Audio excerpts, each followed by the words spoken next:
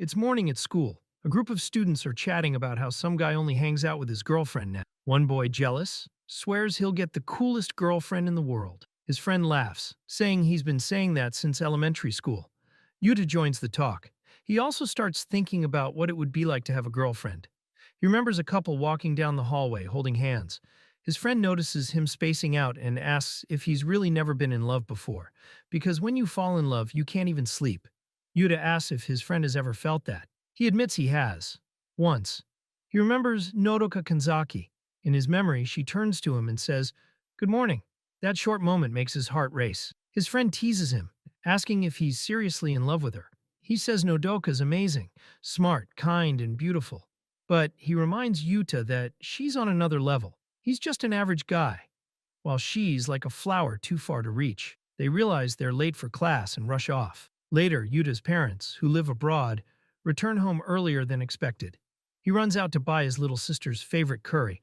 His friend calls him a genuinely nice guy. When he gets home, Yuta finds his sister, Yoru Agatsuma, kneeling at the gate with a strange symbol drawn on the ground. She welcomes him back and proudly says that today she'll summon a demon from the depths of hell. While she's focused on her ritual, Yuta starts thinking again about love and marriage. He wonders if talking to Nodoka more would help him understand what falling in love feels like. Suddenly, Yoru shouts, her magic circle is glowing. She's thrilled that it's working, but Yuta quickly pulls her away, afraid it might explode. A flash of light bursts out, shaking the ground. From the smoke, the lower half of a woman appears, and then a stunning girl floats into view. Yuta stares in shock and blurts out, "Why is there a girl floating in the air?" Yoru screams his name, startled. Yuta rushes to catch the falling girl, accidentally touching her soft skin as he does. She lands safely in his arms. He quickly apologizes, saying he didn't mean to touch her like that. The girl tilts her head, studying him. "Are you really human?" she asks, pinching his cheek. Her face is incredibly cute. She smiles, saying she's glad she finally made it to the human world. Yoru asks if she's a demon. The girl nods and introduces herself as Lars. Yuta is stunned. Yoru celebrates that she actually managed to summon a real demon, but Yuta warns her that demons are dangerous. Yoru argues that not all demons are evil, some are kind. Lars overhears them and smiles. She says she doesn't want to hurt anyone. In fact, she's grateful. "Thank you for summoning me into this world," she says softly. She explains that the human world has become so advanced that hardly anyone summons demons anymore. For her, it's hard to cross over. Ever since she was little, her sister in the demon world told her stories about humans. That's why she always dreamed of coming here. Lars says she's even learned about human culture through the internet. She laughs and mentions watching a drama called Maji Koi. Yoru excitedly says she knows that one. It was really popular a few years ago. Lars gets excited too. In that drama, two strangers sign a contract to be lovers for a year, but they end up truly falling in love. She says she's watched many romances since then and found them beautiful. "I want to experience that," she says. "I want to come to the human world and fall in love." That's my dream, Yuta realizes. They're actually quite similar. They both want to know what love feels like. Suddenly, Lars calls his name. He jumps. She holds out a paper. "This is a contract," she says. "I want you to sign it with me. A love contract." Yuta blinks. "A what?" "It means you'll be my boyfriend," she explains brightly. "No need to read the details. Just sign." He's suspicious. His sister thinks it sounds amazing, but Yuta's still unsure. Lars pouts playfully and says that if he signs, she'll be able to stay in the human world. Yoru gets excited, saying it would be awesome to live with a demon. Yuta hesitates, but then he thinks maybe this could help him learn what love really feels like. So he takes the pen and signs. Lars looks surprised but happy. She reads his name aloud and says it's beautiful. Then she gently takes his hand. "There's one more step," she says. "We need to kiss." Yuta panics. His sister is right there. Instead, Lars bites his finger. "Use your blood to seal the deal," she says. It really is a demon's contract. There are 7 pages to sign, and he fills out each one. When he's done, the air glows. The contract is complete. Lars shines with joy, and Yoru notices a strange mark glowing on Yuta's body. Lars smiles softly. "That mark," she says, "is the proof of our love contract." Lars suddenly gets another idea and steps closer to Yuta, smiling. She says she'll be in his care from now on. Embarrassed, he asks her not to call him with cute nicknames, reminding her that he only signed the contract on impulse. He starts wondering what else was written in that contract that he didn't get to read. Yoru cheers and congratulates her brother for actually going through with it. Then Lars surprises him by asking him out on a date. Even though it's already nighttime, she wants to see the human world as soon as possible. Without waiting for an answer, she gets ready, spreads her wings, and flies into the sky, carrying Yuta in her arms. Yoru shouts after them, saying she bought curry for dinner and he'll have to cook it himself. But she wishes them a fun trip. On the streets, Lars is amazed by everything she sees. She runs from shop to shop, fascinated by all the cute clothes on display. She shows Yuta a dress she finds adorable. He looks at the price tag and nearly chokes. It's way too expensive. When he tells her, she sighs and gives up on the idea. Then she notices another item that catches her eye. It's underwear. She tells him that in her world, they only have black ones, so she's curious about the colorful ones here. Excited, she runs off to try some on. Yuta blushes, realizing this is the first time he's gone shopping like this with a girl. It's overwhelming, but he admits she acts surprisingly human and even kind of cute. Then he spots Nodoka Kenzaki in the same store. Panic hits him. If she sees him here with a girl like Lars, it would be a disaster. He hurries to hide, accidentally opening a fitting room door. Inside, Lars is already half dressed in her underwear. Both of them freeze in shock. He stumbles forward, falling right into her chest. To stop himself from falling, his hands land there too. Flustered, he jumps back, stammering apologies. But Lars only giggles and says he doesn't waste any time. He blushes harder, realizing it's the first time he's ever seen a girl's body in person. Suddenly, Lars pulls the curtain closed. "Look at me properly," she says softly. "When a demon shows their mark, it means love. And when a man kisses that mark, it means he'll love her until the end." Yuta stares, unsure what "until the end" really means. Lars gazes at him with warm, affectionate eyes. Just then, a store employee calls out from outside, asking if she's chosen the right size. The curtain shifts slightly, and the employee freezes after catching a glimpse of them together. Yuta's heart pounds. He remembers what Lars said about the mark meaning love. Could she already be in love with him? It's terrifying. They just met. Lars notices his red face and teases him for being embarrassed. Before he can respond, two rough-looking guys bump into Lars. They glare at her and ask if she's looking for a fight. Yuta quickly steps forward, saying they were the ones who bumped into her first. One of the bullies grabs Yuta by the collar, sneering that he's trying to act tough. Then he punches him, saying he's jealous. Lars yells his name, frightened. The thugs laugh and tell her to forget the weak guy and come have fun with them instead. Yuta clenches his fists. He says this is wrong. He doesn't even know why he's doing this, but his anger builds. He yells, "Don't touch my girlfriend!"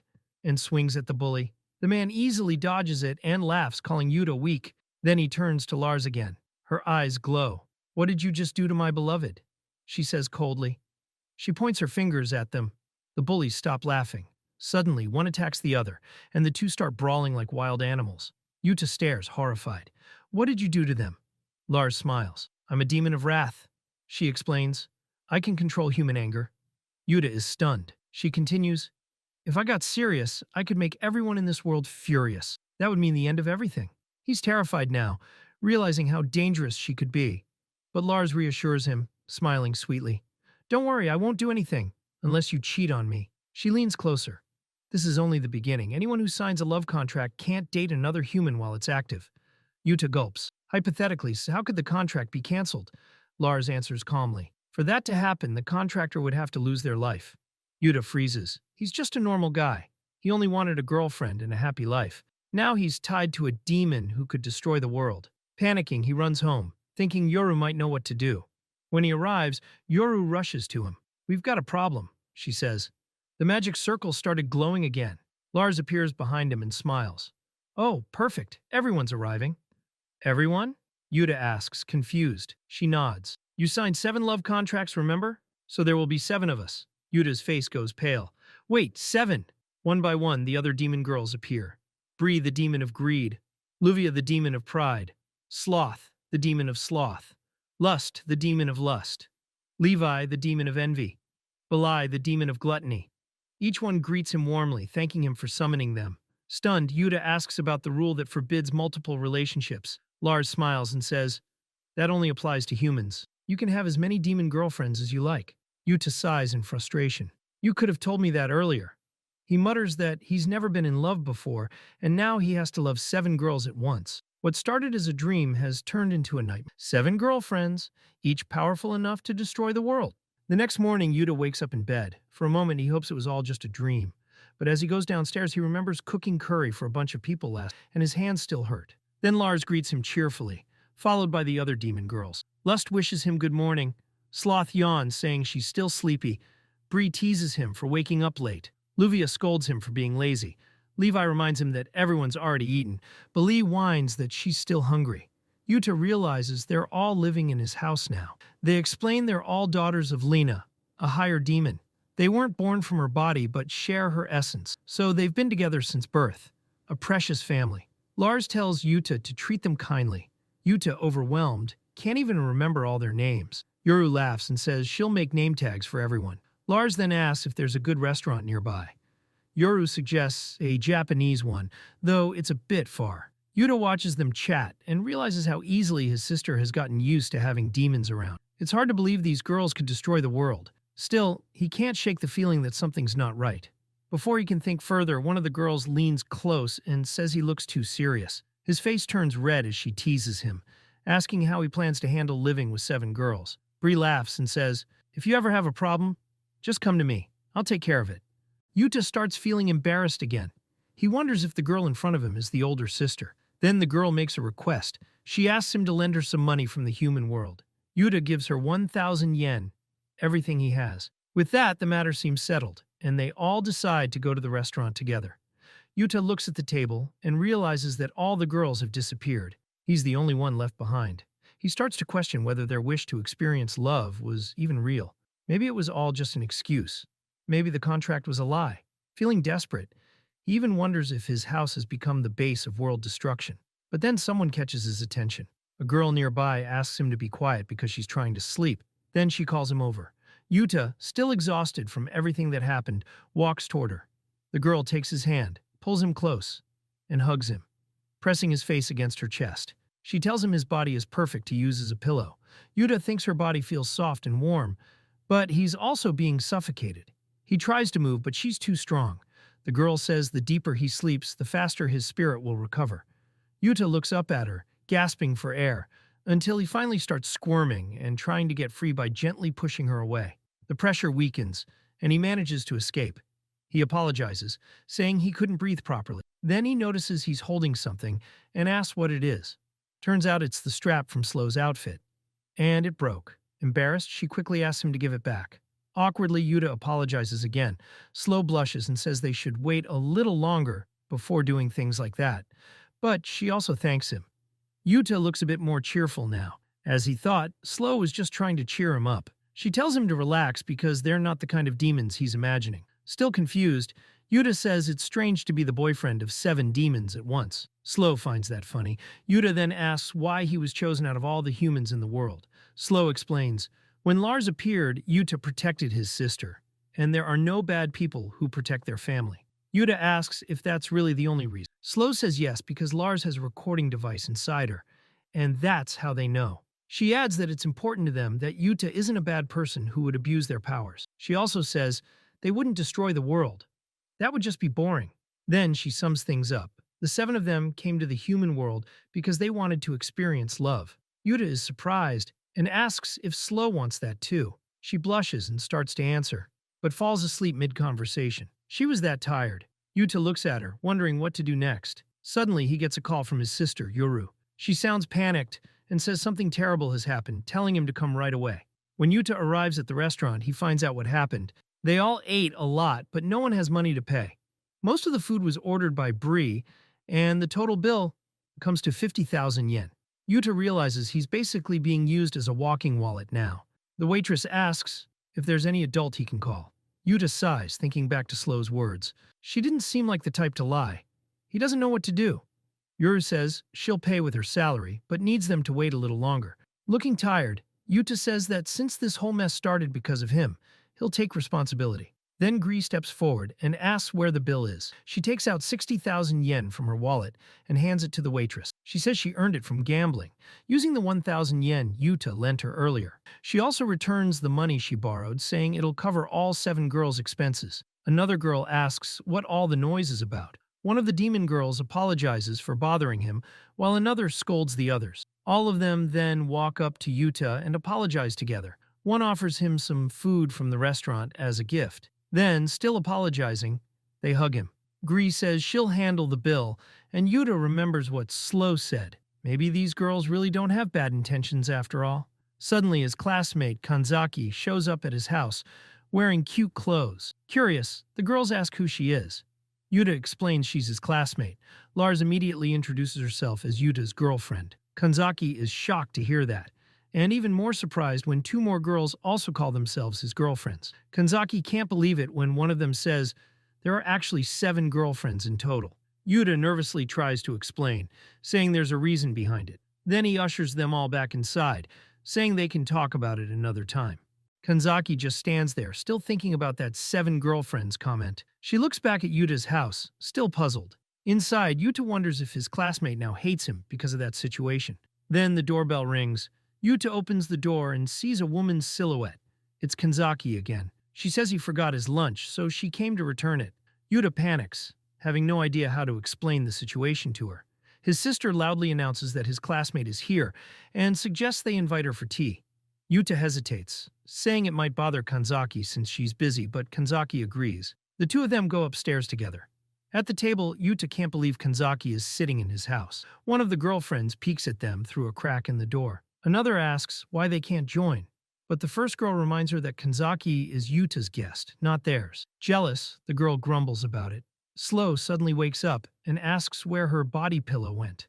At the dining table, Kanzaki asks Yuta how he met his 7 girlfriends. Yuru remembers that her brother told her to keep it a secret that the girls are demons. She wonders how he's going to explain it. Yuta is sweating nervously, because telling the truth might be too dangerous. Suddenly, there's a loud crash. Yuta runs over to where the girls are to tell them to quiet down. But what he sees shocks him. 2 girls are tangled up on the floor. He demands to know what happened while he was gone. Slow says Yuta is incredibly huggable, which makes the other girls jealous. One of them complains that they're acting like spoiled children.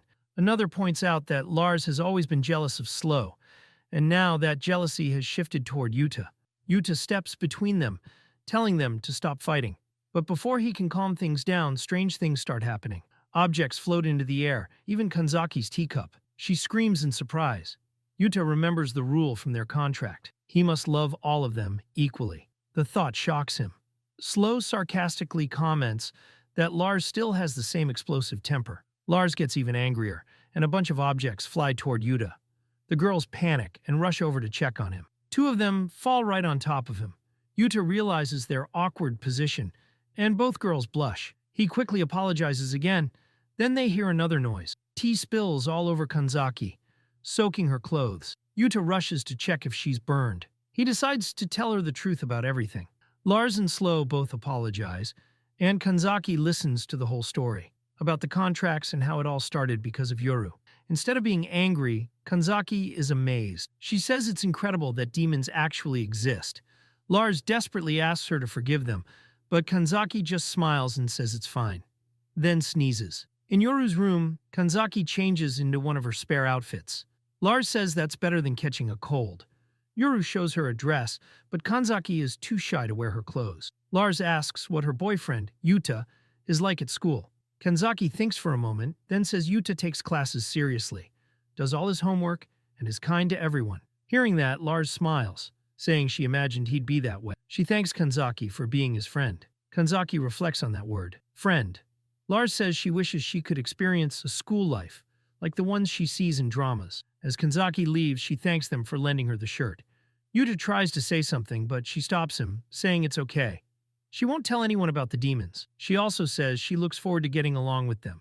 One of the girlfriends remarks that Kanzaki seems really nice and even complimented Yuta, but refuses to say what she said exactly. Yuta chases after her, demanding to know. Meanwhile, Kanzaki walks through the streets thinking that Yuta didn't really seem like a guy dating 7 girls at once. She remembers the story about the love contracts and wonders if the number of his girlfriends will keep increasing. Back at home, Yuta holds a meeting with his demon girlfriends. He reminds them not to use their powers or fight. One of the girls asks about something he said earlier, that this had already happened before. She explains that once Yuta accidentally knocked her over, Embarrassed, he insists it was an accident. Now the other girls look at him. Jealous. They all say they want to be knocked over by him too.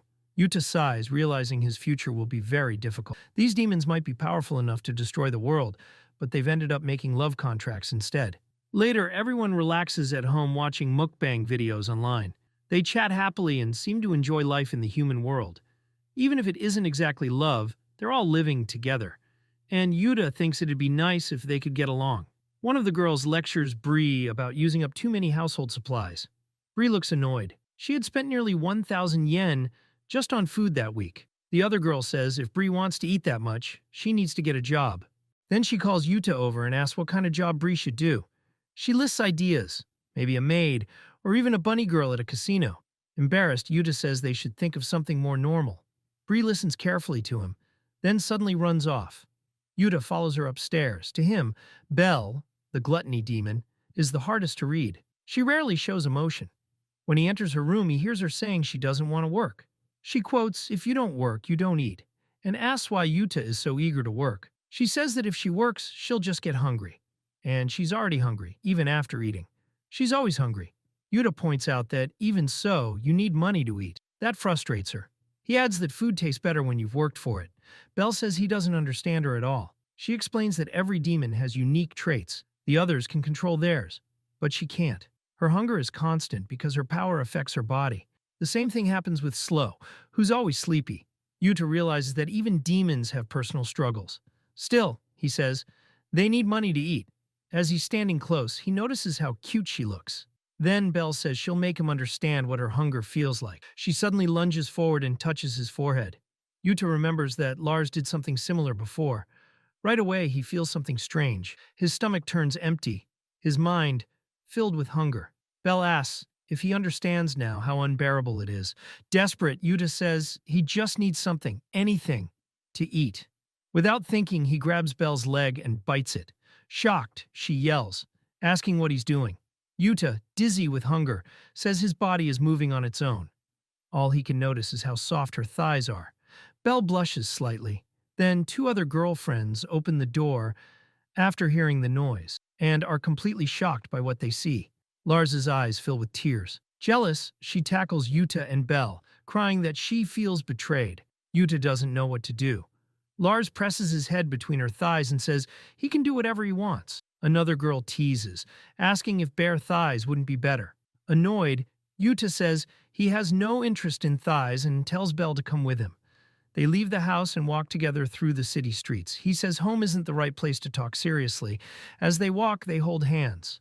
Belle looks at their hands and quietly says she realizes something. It's wrong to rely only on greed for money. She needs to earn her own, but she's scared to work among humans. Yuta understands. It's their first time living in the human world after. He thinks about how he'd feel if he had to work in the demon world. Belle might be a demon, but emotionally, she's just like a normal girl. Yuta apologizes for being harsh and says he'll help her find a place where she can work comfortably. Belle was touched by Yuta's kindness. Together, they walked around the city looking for job openings. After a while, they stopped near a restaurant where Kanzaki was cleaning the sidewalk. "Yuta, what are you doing here?" she asked. He smiled a bit awkwardly. "Actually, we're looking for a job for Belle." Kanzaki thanked Belle for always visiting her shop and said one of her workers had just quit. Yuta's eyes lit up. "Really? Then maybe Belle can work here." Kanzaki smiled. "That would be great. Meals are included too." Belle hesitated at first, but quickly agreed once she heard about the meals. "Okay, I'll take it." The deal was made. Yuta promised to visit her at work with the others sometime. Belle gently pulled on his sleeve and said softly, "Thank you, Yuta. You really helped me." He blushed and scratched his head. "It's nothing special." When they returned home, Lars immediately asked with a jealous tone, "Where were you two?" Yuta laughed nervously. "We've found a job for Belle." Everyone was happy for her, but soon Bree and Slow began arguing about who would sleep next to Yuta that night. While they fought, he quietly slipped away to take a shower. On the way to the bathroom, Yuta suddenly froze. Lust was standing there calmly. Lust, do you need the bathroom?" he asked nervously. Without moving, she crossed her legs and said softly, "Kiss me." Yuta's face turned bright red. What? What did you say?" Still calm, Lust repeated, "Please kiss me." Completely flustered, Yuta stammered, "A kiss isn't something you do suddenly. There are steps to follow first." Lust lowered her head. "I'm sorry, that was inappropriate of me." Then she quietly turned and walked away. That night, lying in bed, Yuta couldn't stop thinking about her words. He realized Lust hadn't been joking. She really wanted to kiss him. Maybe he'd been too harsh. Before falling asleep, he decided he would talk to her the next day. When morning came, Yuta noticed something strange. He couldn't move. For a moment, he thought he was paralyzed, until he realized 3 demon girls were sleeping around him. One was hugging his arm, another was lying on top of him, and the third was holding his leg. The first one to wake up smiled sleepily. "Good morning, Yuta," he yelled. "We agreed to sleep separately." In the kitchen, Yura was surprised to see her brother awake so early. Soon after, Lust walked in, already dressed. "I'll be going out," she said calmly. "Out? This early?" Yuru asked. Lust didn't answer and left. At the restaurant, Kanzaki looked surprised when Lust appeared. "Lust? We're not open yet. I wanted to ask you something," Lust said politely. Kanzaki tilted her head. "What is it?" Lust looked serious. "In the dramas I've watched, couples start kissing as soon as they start dating. Is that normal for humans?" Kanzaki blushed. "Of course not. That's just TV. In Japan, a kiss has real meaning here. It's not something you do right away." Lust nodded slowly. "I understand. Thank you." Kanzaki then asked, "Why didn't you ask Yoru instead?" Lust smiled faintly. "Because I knew you would give me an honest answer." Then she spread her wings and flew away, leaving Kanzaki speechless. Later that morning, Yuta was on his way to school, still thinking about Lust's request. His friend Ryota ran up to him. "Hey, you've been avoiding me lately. Don't tell me you got a girlfriend." Yuta laughed awkwardly. "Something like that." On their way to class, they saw Sato kissing a girl in public. Ryota groaned and ran off, upset. Yuta was stunned. Sato was usually so shy. Then Kanzaki came running up, out of breath. "Yuta, something strange is happening. Everyone in town is kissing and hugging. Even my parents." She explained that she thought Lust might have something to do with it. Each of her sisters has her own power, right?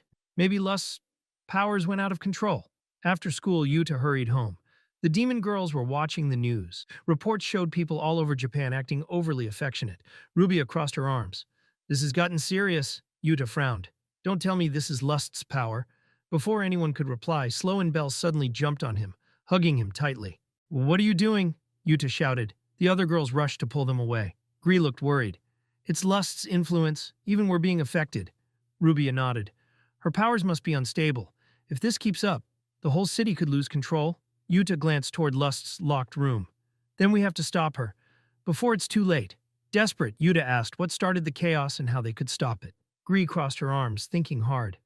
"It probably began because Lust's desires weren't fulfilled. She must have lost control."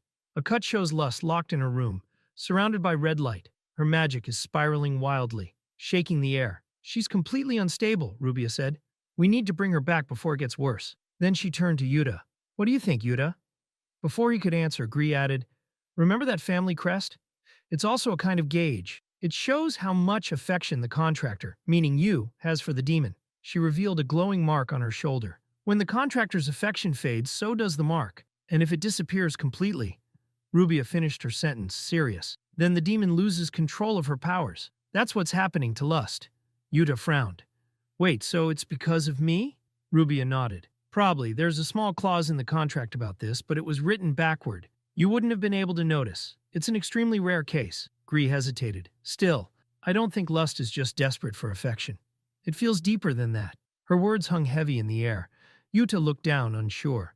"So that's what she really wants from me." He looked at the girls. "You're all okay with this?" Rubia sighed. "We don't mind. Only you can bring Lust back to normal." Gree nodded. "Just give her a strong hug and a passionate kiss. That should calm her power." She added with a smirk, "Honestly, the whole city looks like Lust's heart right now, full of people showing affection." Rubia frowned. "Don't go too far. You should only do those things with me." But after a moment, even she softened. "Still, Lust is suffering. You have to help her." Yuta took a deep breath. "I understand." The girls wished him luck as he walked toward Lust's room. He thought to himself, a quick hug and kiss should be enough, right? But his heart pounded. He wasn't sure if he could really do it. Inside the room, Lust was lying in bed, asleep. When Yuta stepped closer, her eyes slowly opened. She could sense his presence. He froze. Her clothes were messy, and she looked exhausted. "Lust?" he stammered. "Are you okay? Can you hear me?" He noticed the faint glow of her crest. It was almost gone. There was no time to waste. "I'm sorry," Lust said weakly. Her voice trembled. Yuta realized she was feeling deeply guilty. "Why are you apologizing?" he asked softly. She looked down. "Because I caused all this trouble. I misunderstood humans. I thought couples started kissing right away. Yuta blinked, surprised by her honesty. I learned I was wrong after visiting Kanzaki, Lust continued. She told me that kisses are special. And because they're special, people don't share them so easily. Her eyes grew sad. I was too forward. Yuta smiled gently. It's okay. But Lust shook her head. No, when I came home that day, I overheard the others saying you'd never kissed anyone before. I was sure you had. I thought I was the only one left behind. Now Yuta finally understood. He had always thought Lust was the most mature, calm, confident, experienced, but deep down she just wanted to be accepted like everyone else. Quietly, he stepped forward and wrapped his arms around her. Lust gasped, Yuta. He held her tighter. I wanted to do this. I wanted to hug you. Her heart pounded against his chest. Inside, Yuta was embarrassed to say such things out loud, but he pushed through. I might not understand everything about being your contractor, but I can't stand seeing you in pain, so I'll work hard. I'll make sure you never have to cry again. Lust's eyes widened. Then, for the first time in a while, she smiled faintly. Thank you, Yuta. The glow of her crest suddenly brightened and returned to its full shape. Yuta realized it had been on a very sensitive part of her body, and quickly looked away, face red. Sorry, he blurted. Lust also blushed. It's fine, I'm sorry for that part being exposed. Yuta rubbed the back of his neck. We didn't even kiss, but the crest came back. Guess that means she's satisfied, he thought. Lust called softly. Yuta, I'm sorry again. He smiled. I'm partly to blame too. She nodded. Then let's make sure this doesn't happen again. She stepped closer. I'll do my best from now on, she said with a determined smile, leaving Yuta both confused and flustered. Meanwhile, the other demon girls were waiting impatiently. Slow yawn. What's taking Lust so long? Then Lust appeared in the doorway, calm and smiling. The others instantly realized she was back to normal. At that same moment, Yuta's phone rang. It was Kanzaki. Yuta, my parents are back to normal. The whole town's acting fine again. That's great, Yuta said, relieved. I'll explain everything later. I'm kind of busy right now. Kanzaki sounded confused. Busy? With what? Hey guys, sorry for mid-editing, but I noticed a lot of you are watching my videos without subscribing. Our subscribe ratio is literally close to 0. I'd really appreciate it if you hit that subscribe button. It helps a lot. Thanks. Now, back to the recap. He hung up gently, smiling to himself. Back home, Yuta told Yoru everything that happened. She listened carefully, then nodded. So it really was demonic power causing all that chaos. Yeah, Yuta said. Then he narrowed his eyes. By the way, why did you come home so late? Yoru froze, looking guilty. That's a long story. Yoru explained that the president of the Dark Magic Club told them to perform a calming ritual. She rolled her eyes. As if something like that would actually work. At that moment, chaos broke out again. The demon girls were arguing over who would sleep beside Yuta. He sighed. Seriously, we're doing this again? Lust crossed her arms. I'll be the one sleeping with Yuta tonight. The others immediately shouted back, saying Lust already had her chance. Lust snapped. Oh, please, he slept beside you all last night. Yuta froze for a second, finally realizing what Lust meant earlier, when she said she'd do her best. Then Livy smiled sweetly and leaned toward him. Yuta Tilda, did you do anything indecent with Lust? His face turned red. Of course not, I didn't do anything. Livy tilted her head playfully. Oh, then don't you want to do those things with me instead? He choked on his words, flustered. What are you even talking about? She grinned, lowering her voice. You know, what lovers do in bed to deepen their love. Do I really have to explain it? Yuta froze, thinking about what she said. Then he quickly let go of her hand. No way. That's not happening. After all, the most he'd ever done was hug Lust. Anything more would definitely be too much. He turned and said firmly, Dinner's ready, let's go. Livy frowned, clearly disappointed, but she followed quietly. Later that night, Yuta lay in bed, staring at the ceiling. I mean, I'm a high school guy. Of course I think about that kind of thing, he admitted to himself. Then he heard a noise. His heart jumped. Is that Levy again? He thought, imagining her sneaking into his room and climbing on top of him, whispering about deepening their love. But it was just his chair creaking. He sighed and lay back down, closing his eyes. His mind drifted to the past few days, especially what happened with Lust. The next morning, Yuta found himself surrounded by the demon girls again. Even on my day off, I can't get anything done, he muttered. Lust raised an eyebrow. Are you complaining about us? He quickly denied it.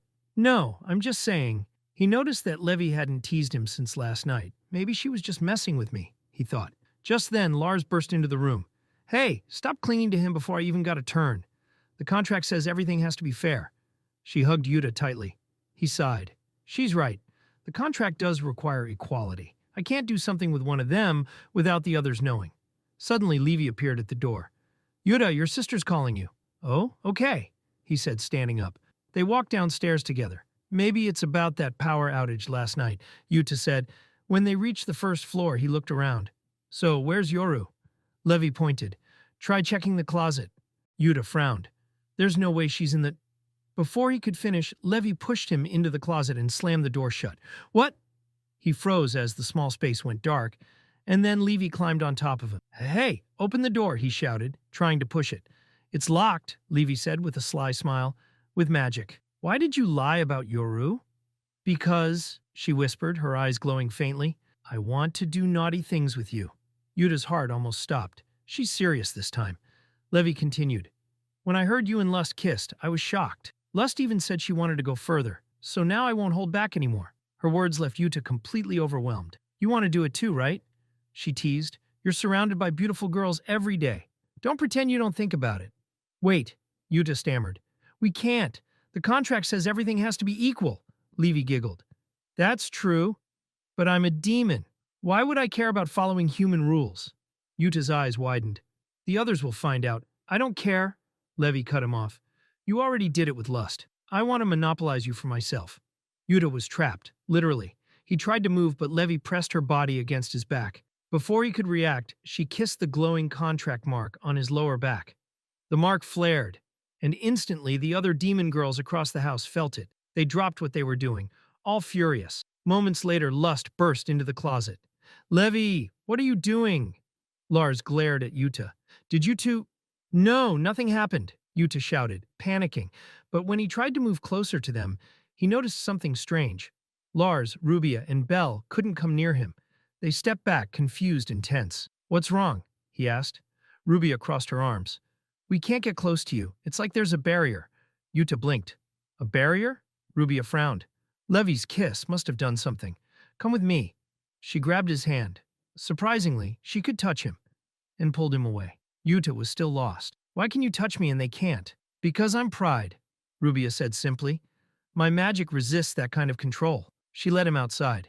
We'll talk somewhere private. Yuta's mind spun. What's going on? Rubia looked serious. Did Levi kiss you anywhere on your body? Yuta blushed. Why does that matter? Because her kiss isn't just a kiss, Rubia explained. It's a binding spell. One that lets her monopolize her contractor for a limited time. Yuta froze. Monopolize me? She nodded. Basically, she marked you as hers. Until the spell wears off, none of us can get close. He couldn't believe what he was hearing. Rubia sighed. Don't panic, we'll figure it out once your energy stabilizes. For now, going home would just make things worse. Before they could say more, Kanzaki appeared nearby. Ah, Yuta, Rubia, are you two okay? She asked, blinking. You're not, looking for somewhere private, are you? Yuta turned red. No, things just went wrong and I can't go home right now. Kanzaki tilted her head. You can use my room then. They followed her upstairs. As she opened the door, she smiled nervously. I'll be nearby if you need anything. Inside, Yuta looked around. Unlike Yoru's messy room, this one's clean and smells nice. When the door shut, Rubia turned sharply toward him. Where exactly did she kiss you? He hesitated. On my back, kind of near my hips. Outside, Kanzaki lingered by the door, torn between curiosity and guilt. Should I peek, she wondered? What could they possibly be talking about that's so private? Unless, no way. They're not actually doing something, right? She shook her head. No, Agitsuma-kun would never do that. Inside the room, Rubia supports Yuta and lifts his shirt to check his back. After a moment, she finds the mark she was looking for. Pressing close against him, she tells him to look in the mirror. Placing her hands on his side, she asks him to find the mark near his hip. Yuta yells that it's a sensitive spot, but there really is a tattoo just above his waist. They both look at it together, their bodies close. Meanwhile, Kanzaki watches through the door, shocked to see them using her mirror for something that looks indecent. Finally able to see the mark, Yuta asks what it is, realizing it's the same one all the demon girls have. Rubia explains that, just like their body pillows, Yuta now carries the seal of the demon contract. She says that if a demon kisses that mark, it activates a curse that keeps the other demon girls from getting close to him. Confused, Yuta points out that Rubia and Lust were still able to approach him. Rubia explains that it's only because her magic, and Lust's, is stronger than Levi's. She then shows him a chart with all 7 demon girls and says their powers are ranked, with hers near the top. If the contract isn't complete, the stronger demons can still approach him. Still unsure, Yuta asks how that affects the love contract, since it says everything must be shared equally. Rubia uses lust as an example, saying the outbreak of lustful magic last time was a side effect of the ancient love contracts. Spells meant to pull 2 partners together by force. Levy simply used one of those old spells, even though it hasn't been cast in ages. And because she's a demon, she used it in broad daylight instead of waiting for everyone to sleep. Yuta thinks about Levy, the demon of jealousy. Even though the body pillow contract is supposed to be fair, demons of love don't always follow rules. He remembers that Levy herself said as much. Rubia warns him that from now on, all of them will want to claim him for themselves. Yuta is left speechless. Outside the door, Kanzaki listens carefully. When Yuta nervously asks if Rubia also wants him, she turns red and looks away, unsure how to answer. Then, pretending to be angry, she demands that he kneel. Yuta wonders if he said something wrong. Looking proud, Rubia asks if he really thinks a beautiful woman like her would want him. Then she grabs his collar and says he should feel honored, because yes, it's true. The magnificent Rubia-sama does want him all to herself. Yuta blushes, admitting to himself that she really is beautiful. Still gripping his shirt, Rubia tells him to call her beautiful Rubia. Outside, Kanzaki is stunned by the whole scene. When Yuta hesitates, Rubia yells at him to say it already. Embarrassed, he mumbles that it's too awkward to say. Rubia freezes for a moment, and Yuta accidentally slips, letting out a shout. Kanzaki bursts into the room, catching them in the middle of the mess. Covering her eyes, Kanzaki scolds them for doing such things in her room. Yuta hurriedly apologizes and explains everything about the monopoly spell and the contract curse. Kanzaki looks completely stunned. Yuta tells her not to worry and that he won't cause more trouble. She awkwardly nods and says it's fine. As they leave, she wonders if she's being left out and sighs, thinking it must be tough living surrounded by demons. Maybe, she thinks, he should try dating a human instead, but quickly shakes the thought off, knowing Yuta gets along with everyone. Later, back at his apartment, Yuta sits on the couch telling one of the demon girls that he only caused more problems for Kanzaki. The girl apologizes sweetly, saying she won't do anything like that again. Another demon girl says she doesn't believe her, but Yuta can't stop thinking about this whole monopoly thing. He thought things were going well with all of them. Then he notices Rubia sitting on the floor watching him silently, looking annoyed. He thinks to himself that she probably hates him now. Yuru walks in with her phone, showing a picture of Gree. Lars asks if Rubia is watching that soap opera again, but Rubia is distracted, her eyes fixed on Yuta in the living room. Her friend teases that Rubia is a big fan of romance dramas, and Rubia awkwardly agrees. Lars jokes that they should watch a steamier one with lots of bedroom scenes, but Rubia snaps and refuses harshly. The next morning, Slow walks into the kitchen and asks Belle where Gree went. Belle says Gree went out to take care of something. Slow wonders what she's up to. Belle asks if Slow doesn't want a job too and adds that the food is delicious. The following day, while walking through Tokyo with Yoru, Yuta spots Gree at a cafe surrounded by girls. Curious, he wonders what's going on. Gree is charming and playful, teasing the girls and asking if they want to learn the secret of being popular. 2 stylish servers greet Yuta and Yoru, welcoming them to Cafe Amalant. Yuta explains that he came because he saw a picture of Gree online and thought she might be here. Seeing him, Gree excuses herself from the girls and approaches him with a bright smile, calling him her dear gentleman. Yuta blushes at her words. They sit down as tea is served. Gree asks what brings him there and if he and Yoru like this kind of place. Yuta denies it quickly, saying he only came because he found her photo online. With a teasing smile, Gree says that mysterious girls are the most fascinating, don't you think? Yuta admits he can never read her real intentions. Finally, he asks what kind of cafe this is. Gree explains that it's a concept cafe where customers can relax and talk with girls dressed like handsome guys. Yuta is surprised such a place even exists. Gree points to Yoru, laughing that his little sister seems to be enjoying herself with the staff. Yuta asks Gree what made her want to work at a place like this. Gree smiles and says there are many interesting ways to make a living in the human world, and this cafe is special. A place where human desire and greed meet. If she has to earn money, she might as well do it somewhere entertaining. Yuta thinks how perfectly that fits the demon of greed. Curious, he asks if that's what she meant earlier when she talked about the secret to popularity. Gree laughs, teasing him for actually wanting to know. Before she can explain, someone calls out to her. A girl from across the room asks if Gree isn't coming back soon. Standing up, Gree takes the girl's hands and apologizes for being apart from her, promising that her feelings won't change. With sparkling eyes, the girl agrees to wait. Gree smiles warmly and returns to Yuta's table.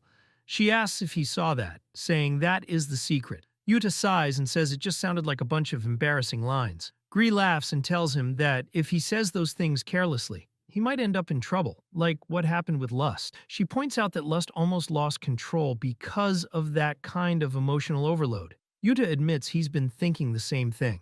If one of the girls wants him too much, it'll break the balance again, just like before. They managed to calm things down last time, but if it happens again, he has no idea what would happen. Worried, he asks Gree what he should do.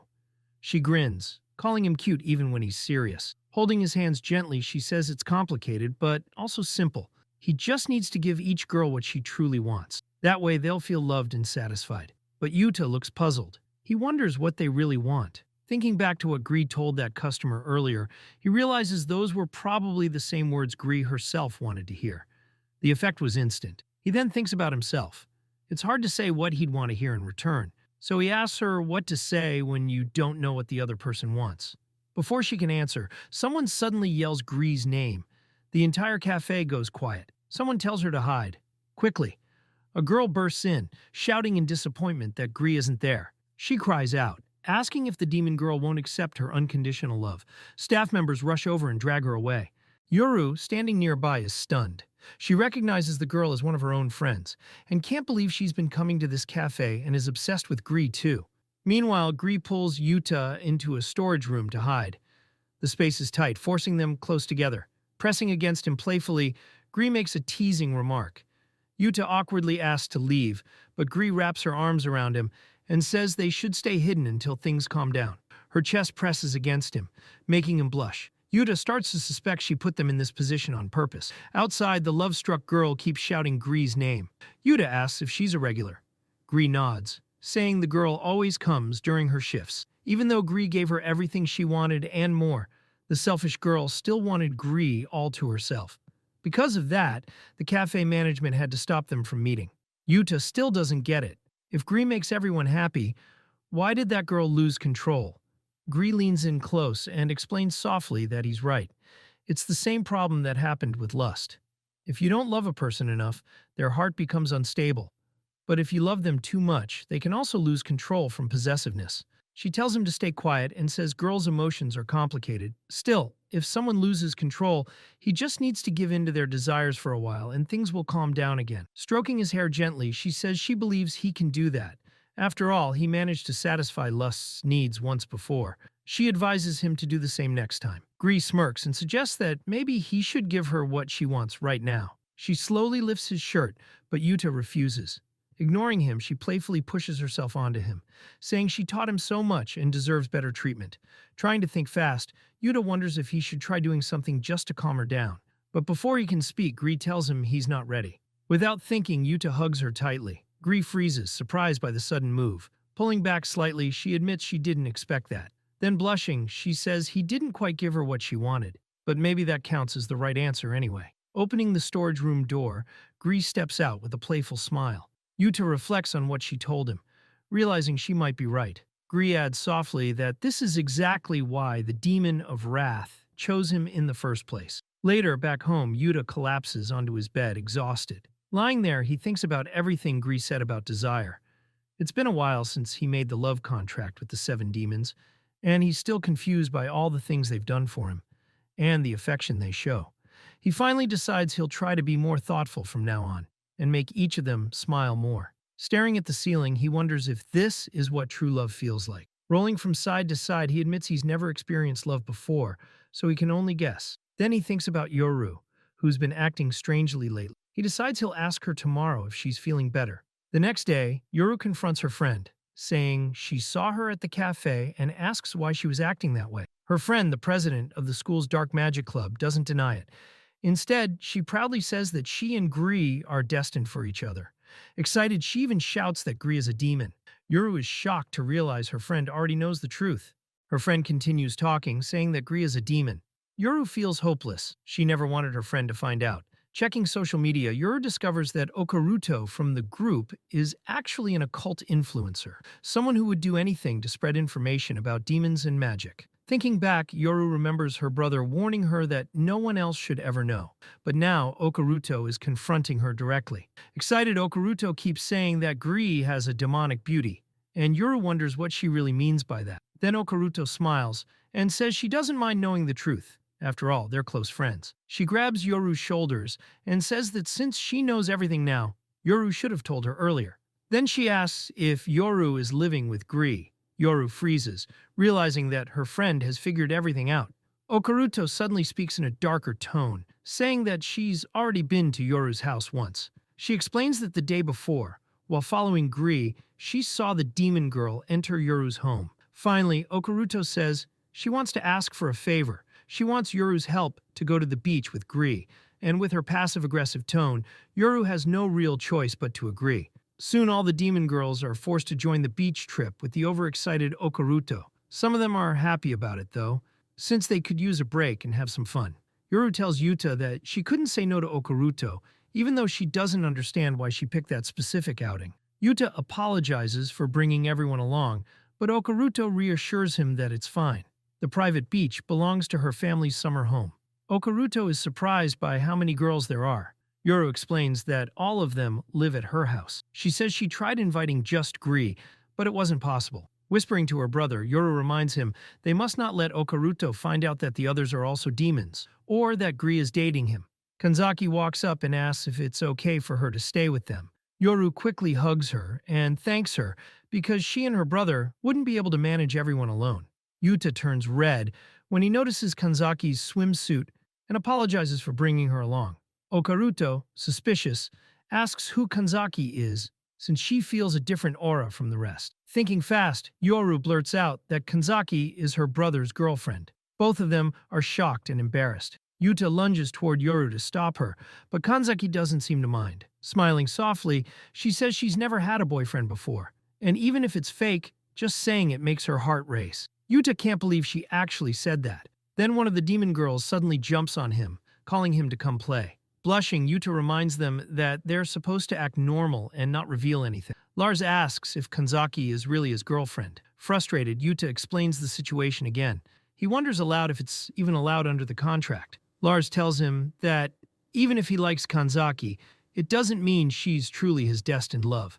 Yuta doesn't like that answer, but lets it go as they walk toward the others. Deep down, he realizes he's never really thought about what being in a relationship with Kanzaki would mean. He doesn't know that she's secretly happy just to be called his girlfriend, even if it's pretend. As Yuta reflects, another demon girl grabs his arm and drags him toward the sand, laughing. Okaruto finally finds Gree and invites her to have tea together. Gree smiles mischievously and agrees, curious to see what the girl is planning. Compared to a demon's desires, human obsession is much more unpredictable. Lust suddenly appears and asks Yuta what he thinks of her swimsuit. He admits it's revealing but says it suits her. Wrath demands attention too, asking for a compliment about her own bikini. Getting jealous, she pulls at her top strap, showing off even more. The other demon girls freeze in embarrassment as Wrath keeps flaunting herself. Then, piece by piece, the other girls' bikinis start to come undone too, both tops and bottoms. Lars calls for help and asks Yuta to tie hers, turning her back toward him. Red-faced, he tells her to do it herself. Meanwhile, Levi gets scolded by Rubia, who realizes Levi's reckless magic caused all the wardrobe chaos. Yuta sighs in relief as the situation settles down. Levi insists it was just a prank. Gree covers Okaruto's eyes, pretending to protect her from the blowing sand, while also tying Belle's bikini top back in place. Kanzaki, watching all this, thinks to herself how hard it is to look after so many demons. The group eventually calms down and starts having fun, playing beach volleyball and swimming. Yuta finally sits under an umbrella, hoping to rest for a moment. He wonders where Gree and Okaruto have gone. Without him noticing, Kanzaki approaches and shyly asks if she can sit beside him. She says it's been a long time since she last went to the beach. Yuta just nods awkwardly, unsure what to say. As they sit quietly, someone sleeps on the towel behind them. Kanzaki breaks the silence, saying that when she first learned about the contract and the demons, she was really worried about him. But now that she's seen how things turned out, it looks like everyone's having fun. Smiling softly, she says that being his girlfriend, even if it's fake, makes every day feel a little better. Yuta looks at her with emotion, while the demon girls secretly watch from afar. Lars even stops playing to stare curiously at the two. Inside the beach house, Gree and Okaruto sit on the couch. Gree wastes no time, asking if this meeting was really just to talk about love. Yoru lingers by the doorway, trying to listen in secretly. Okaruto says that, while that's part of it, there's something much more important to discuss. She explains that when she was in Gree's room, she secretly took the grimoire.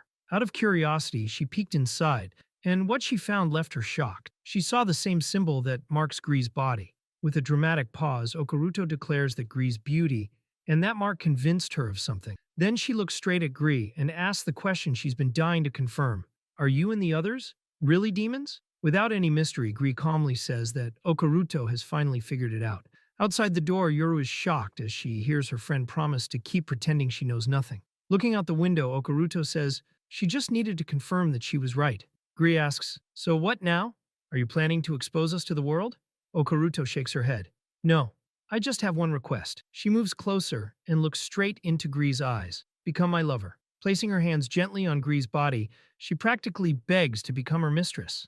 Okaruto explains that she's always been fascinated by demons and recognized the mark on Gree's body right away. To her, it's fate. When she followed Gree and saw her enter Yoru's house, then discovered others with the same mark, everything became clear. Okaruto concludes that either Yoru or her brother must have formed a pact and lured them all here. Okaruto says she intends to uncover the full truth. She explains that people who sign a demon contract also bear the same mark on their body. Confidently, she adds that she's seen the one on Gree's lower back, too. Impressed, Gree admits that Okaruto has figured out almost everything. Continuing, Okaruto asks if she's right in assuming that Gree is in a contract with Yuta. Meanwhile, back on the beach, the demon girls are teasing Yuta playfully. Lust kneels in front of him, holding a sunscreen bottle squeezed between her chest, and asks for help applying it. "The sun's burning," Yuta says nervously. "Why do I have to do it?" Lust smiles and says she read in a manga that when a lover applies sunscreen to their partner, it makes them closer. Shocked, Yuta blurts out, "What kind of manga are you even reading?" He suggests Rubia do it instead. But Rubia, the demon of pride, gets offended. "You should be begging to apply sunscreen for us," she snaps, handing him her own bottle. Yuta panics because Kanzaki is right there beside him watching, but he can't refuse. Kanzaki watches quietly, wondering if she should ask him to apply it for her too, since they're pretending to date. But she hesitates, afraid he might reject her. Seeing her uncomfortable, Yuta sighs and decides to just get it over with. He starts applying sunscreen to the girls, awkwardly trying to avoid any sensitive area. Rubia smiles to herself, secretly enjoying his touch. At the same time, Yuta applies lotion to Lust's back. Both demons giggle at how tense and flustered he is. "I've never done this before," he mutters. "Not even for myself." Lust adjusts her bikini and checks how much lotion he's spread. Blushing, she says she doesn't want to get burned and lowers the bottom of her swimsuit. Yuta turns away in panic, but Lust teases, saying it won't work unless she unties it. Rubia suddenly steps in, demanding attention. "Use the lotion already," she says, exposing a bit of skin. "Make sure my perfect body doesn't burn." Trying not to touch too much, Yuta carefully rubs the lotion along her side. His gentle movements make Rubia's heart race, but then she accuses him of touching her inappropriately. Flustered, he defends himself, saying he wasn't doing anything wrong. Kanzaki overhears the commotion and looks over, confused. Elsewhere on the sand, Lars and Levi are sitting together talking about love contracts. Wrath asks why humans die after forming a love pact with another human. Levi explains, "My mother told me that long ago a high-ranking demoness made a love contract with a man. Back then, if the human fell in love with someone else, the contract just ended. But that man betrayed her for another woman. Consumed by jealousy, the demoness rewrote the terms of the contract, making it deadly. Since then, all love contracts have carried that curse." Lars listens in awe. "So demons can actually change contracts like that?" Levi nods. "Yes, but it takes an enormous amount of magic." Wrath grows thoughtful, but says she understands. That night, inside the beach house, Yuta walks down the stairs, wondering if it's really okay to enjoy this luxurious life so much. From a distance, he sees Oka, and wonders if she and Gree have already made up. But when the girl turns around, he realizes it's actually Belle, the demon of gluttony, licking a popsicle that was served as dessert. Yuta chuckles and says he should thank whoever made them later. Belle grins and offers him a lick. "Come on, try it. It's really good." Yuta steps back. "No way. That'd be like kissing you indirectly."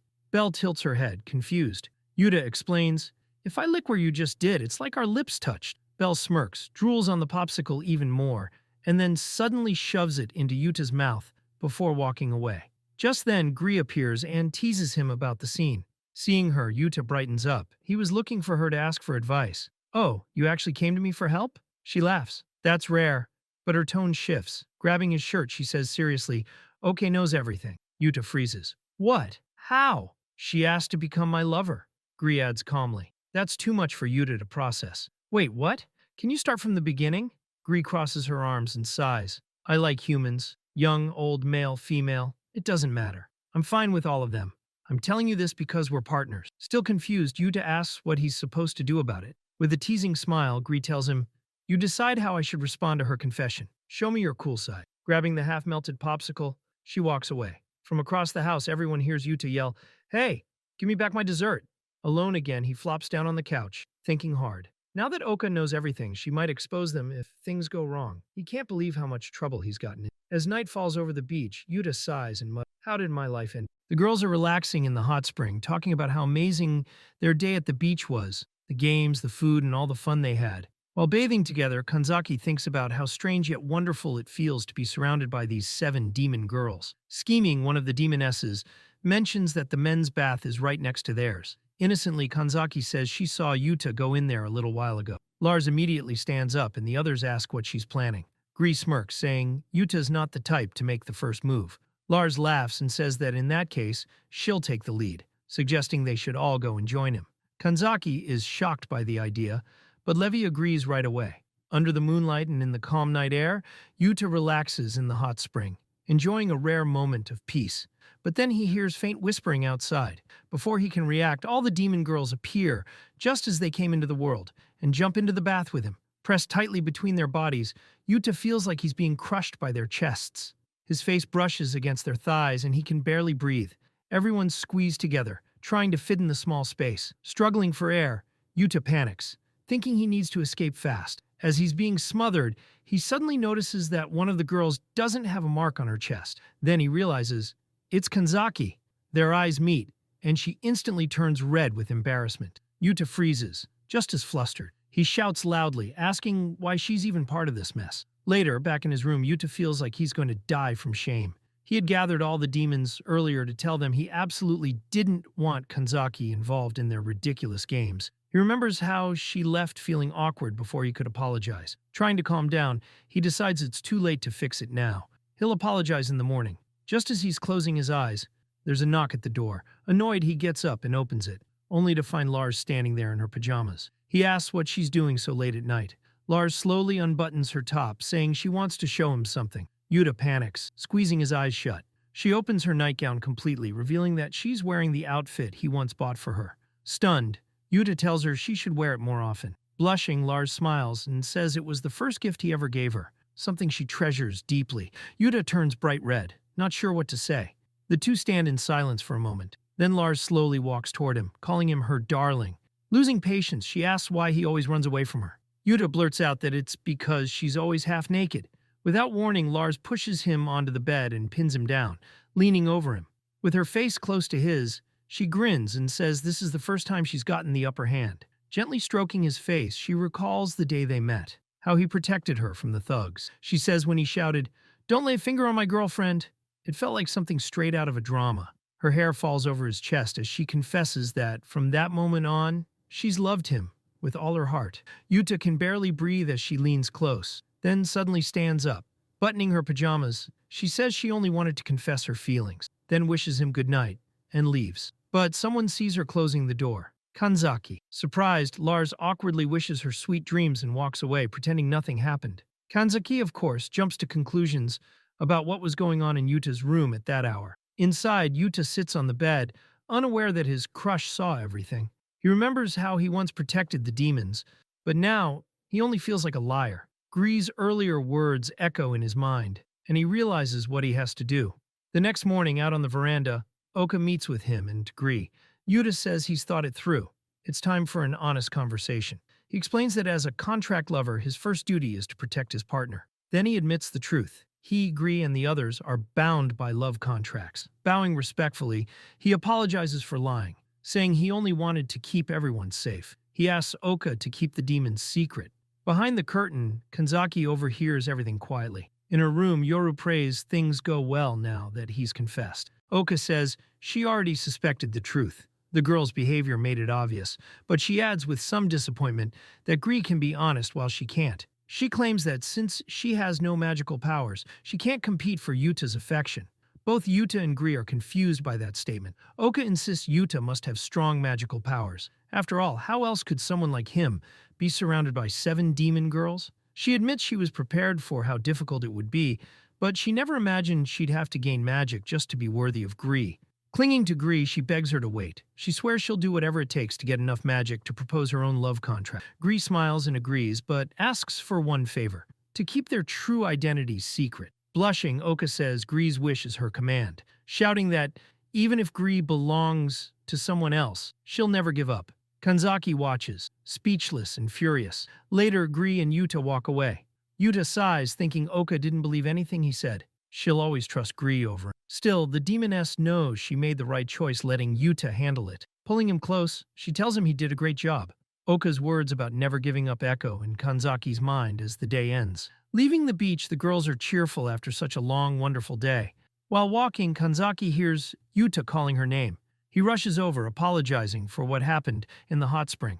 Bowing, he says he's sorry for seeing her like that, and that he's told the demons to behave better. Kanzaki smiles and says they already apologized to her, so it's okay now. Finally, she admits that it really was embarrassing to be seen like that, and Yuta keeps apologizing. But with a small laugh, she tells him she knows he didn't peek on purpose or mean any harm. Once again, he feels drawn in by her kindness as she thanks him sweetly for the invitation. Deep down, Yuta is relieved that his crush doesn't hate him after all. Shyly, she admits that pretending to be his girlfriend was actually a lot of fun. Before Yuta can respond, the demon girls jump on him and tell him to hurry up.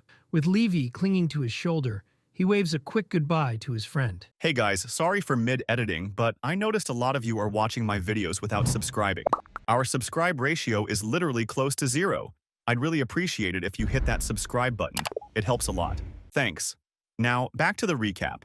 The next day at home, Yuru rushes in holding her tablet in panic. She shows Yuta a video of Oka starting a 100-day challenge to gain magical powers. Worried, Yuta realizes he has to clear up this misunderstanding fast. He and his sister notice that the demon girls still haven't come downstairs. Suddenly, Lars bursts into their room saying she wants to talk. The others look at her lazily. Gree asks why she's being so serious. Lars announces she wants to have a proper meeting. She says the demonesses need to show their love for their darling more openly. The others look confused by all this talk about love. Wrath explains that she heard old stories about love contracts between demons and humans. Even if times have changed, they can't let their guard down. They need to show their devotion clearly. The demon of sloth just yawns, uninterested. But Lars insists they need to be more romantic than ever, and not let any human girl distract him. Rubia glares at Levi suspiciously and asks what old story she told Lars. Levi explains that it's about a demoness who was abandoned by her human when he fell for another woman. The others aren't sure if that's even true, but Levi insists it's something her mother told her. Gree says it actually makes sense. Humans fall in love easily. Feeling cornered, Lars agrees. She says no matter how cute they are, there's always that barrier between races. Gree nods, saying it's a good point, and adds that Yuta has never dated anyone. She thinks maybe no one has noticed his charm yet. Another demon girl jokes that there might already be a human girl who likes him. One of them gets insanely jealous, and Gree quickly says it was just a theory. Wrapping up the meeting, Lars emphasizes that they should all work together, no matter what. Annoyed, Rubia asks why she should even bother. Gree gets excited by the chaos, Slow stays asleep, and Belle quietly reflects on what was said, then suddenly seems to get an idea. Later that day, Belle, the demoness of gluttony, is surprised when Kanzaki appears with her face covered in makeup. She looks like a clown. Kanzaki says she was practicing after watching tutorials from a magazine. Being friendly, she adds that she reads fashion magazines all the time. Embarrassed, Belle admits she's terrible with girly stuff like that. Comparing herself to the others, she says her body isn't as curvy, and that's why she wants to improve. Looking in the mirror, she says she wants to become a more attractive woman. Kanzaki feels bad for her. Belle asks how she can become more charming. Shocked, Kanzaki tells her she's already too cute to be saying things like that. She explains that, even without trying, Belle is naturally beautiful. Belle blushes at the compliment. Kanzaki says she really likes Belle just the way she is. Belle suddenly grows shy. Kanzaki wonders why she's being so insecure and asks if Yuta said something. But Belle explains it was Wrath who told them to show their love for him more clearly. Not wanting to fall behind the others, Belle says she wants to try harder. Kanzaki wonders what kind of love Wrath even meant. As she gets up to leave, Belle thanks her sincerely, saying she feels more confident now. Embarrassed, Kanzaki can barely handle how adorable Belle looks. A delivery then arrives from the demon world, and Levi gets excited. It's a small jar of aphrodisiac chocolate. Her plan is to send the other girls to the candy store so she can be alone with Yuta. If he eats one, he'll start feeling differently. But Lust suddenly shows up, saying she decided not to go because she knew Levi was planning something. Levi quickly hides the jar and insists she didn't do anything wrong. But Lust is too clever. She drags Levi off with her angel wings, saying there's no way she'll leave the two of them alone. Neither of them notices that they left the chocolate jar on the table. Later, Belle comes home and realizes no one's there. She refuses to believe the others went out to eat something delicious without her. Then she spots the jar of aphrodisiac chocolates. Her eyes widen. She recognizes them instantly. It's been ages since she's had one. Convincing herself it's fine, she decides to eat just one. Hours later, Yuta arrives home. Seeing the kitchen empty, he notices the jar, completely empty. When he goes to his room, he finds Belle sitting on his bed. Surprised, he asks what she's doing there and where the others are, but she doesn't answer. He steps closer, concerned, asking if she's okay. Belle grips her dress tightly, her face flushed. Then, without warning, she removes it. Yuta freezes, panicking and turning away. Remembering what happened with Lust, he wonders if Belle is losing control too. Peeking through his fingers, he notices her body mark is still there. It hasn't disappeared. Confused, he has no idea what's happening. Belle grabs his hands and places them on her shoulders, whispering that she wants him to have her. Yuta quickly pulls away, asking what's wrong. Without thinking, Belle grabs his hands again. Flustered and overwhelmed, Yuta stammers, completely frozen in place. Disappointed, Belle asks if Yuta doesn't want to eat. Trembling, he's not sure what she means by that. She's never acted like this before, and it makes him suspicious. Adjusting himself on the bed, he asks what happened to her. When she stays quiet, he finally shouts, demanding to know what's wrong. Calmly, Belle admits it was the chocolates. She explains that she was probably affected by the magic inside the demon sweets. Curling up on the bed, she says that after eating them all, she started to feel hot and out of control. It suddenly all makes sense to Yuta. That's why her behavior changed so drastically. Regaining her senses, Belle shyly asks if Yuta prefers bold girls like that. He's completely caught off guard by the question. Feeling rejected, she assumes it's because her chest and curves aren't as big as the others. But Yuta immediately corrects her. He says that's not it at all. He was just worried about her. Surprised by his sincerity, Belle asks if she should see a doctor, but Yuta shakes his head.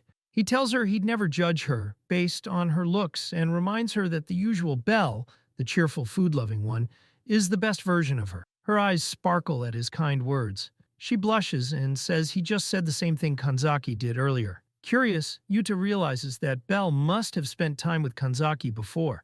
As the effects of the chocolate finally wear off, Yuta gently scolds her for not telling him about eating them sooner. Belle smiles softly and wraps her arms around him in a warm hug. Holding him close, she says she wants to try this, to really be a couple, because that's how she truly feels. It's her genuine heart speaking now, not the magic. Reflecting on her words, Yuta realizes Belle's feelings for him are real. Before he can respond, Lust bursts into the room, announcing her return. Seeing Belle, she rushes over, demanding to know what happened. Just then, Slow appears in the doorway, half-dressed and yawning. Yuta nearly jumps out of his skin when he realizes she was home the whole time. Casually, Slow explains she'd just been sleeping in the next room. That only makes Yuta more embarrassed. He wonders if she heard everything that happened. Belle whispers in his ear, begging him to keep what happened a secret. But before he can answer, Yoru suddenly walks in, asking what secret they're talking about. Slow stares suspiciously, making Yuta sweat even more. Just then, Yuta's phone rings. It's his friend Takahashi, inviting him to the summer festival. Yuta explains he planned to go with his sister, and Takahashi jokes that at least he won't be going with a girlfriend. Quietly, Yuta apologizes to his friend in his mind, because this year he'll definitely have company. Moments later, Lars appears, proudly announcing that her outfit for the festival is ready. Belle excitedly joins the conversation, talking about all the food she wants to try. The other girls chatter about how fun it'll be. Lust mentions she's made a yukata for Gree, who says she can't wait to wear it. In the middle of the excitement, Belle suddenly informs everyone that Noka won't be coming because she has to work. Yuta feels a little disappointed hearing that. Lars immediately notices his reaction and looks annoyed, but Yuta insists it's not a big deal. Amid the chatter, Slow yawns again, making everyone question whether she'll even show up. Lars tells Yuta to hurry so they can head out soon. As he leaves the room, he keeps wondering if Slow really heard what happened earlier. She hasn't said anything, and that silence makes him uneasy. Then a strange thought hits him. Maybe Slow is so lazy she doesn't even care. Before he can dwell on it, Lars grabs his shirt, dragging him off to get ready. Sometime later, Lust calls out, letting Yuta know that all the girls are ready. When he turns around, he's stunned.